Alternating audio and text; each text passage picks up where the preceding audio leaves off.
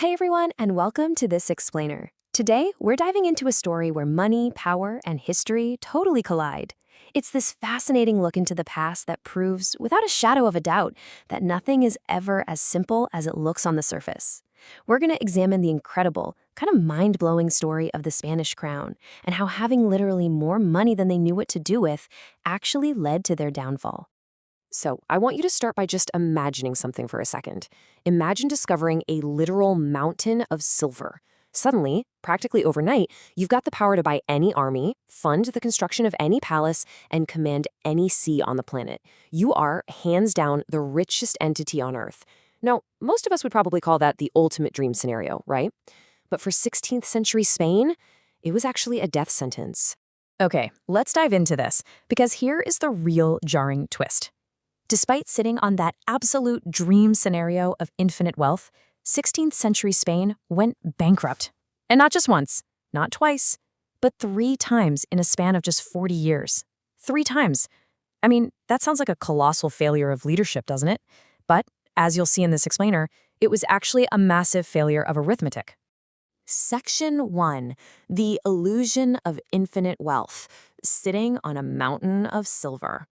So, back in the mid-1500s, Spain hit what they firmly believed was the ultimate jackpot. They gained access to a source of silver in the New World that was so incredibly vast, it basically transformed them into the world's treasury. But that picture of infinite wealth, total illusion. To truly understand how a global superpower goes totally bankrupt while literally sitting on a pile of treasure, we have to look past the shiny gold bars. We've got to look into the arithmetic of the balance sheet. Because, while those Spanish galleons were sailing back across the ocean heavy with treasure, the state itself was actually rotting from the inside out. Section 2, the arithmetic of leverage, financing the future. So, the crucial point here, the hidden mechanism most people completely miss, is how they actually managed all this money. See, Spain didn't just spend the incoming silver. Long before modern financial markets even existed, the crown practiced this historical version of leveraged growth. Basically, they would go out and borrow massive, totally unprecedented sums of money from Italian and German bankers at incredibly high interest rates.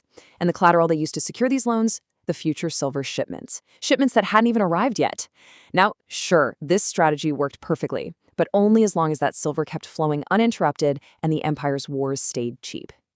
And this brilliantly illustrates how they got locked into a devastating 4-step vicious cycle.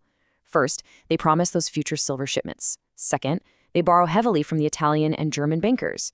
Third, they go out and fight expensive, multi-front wars. And war is never cheap. By the time King Philip II came around, Spain was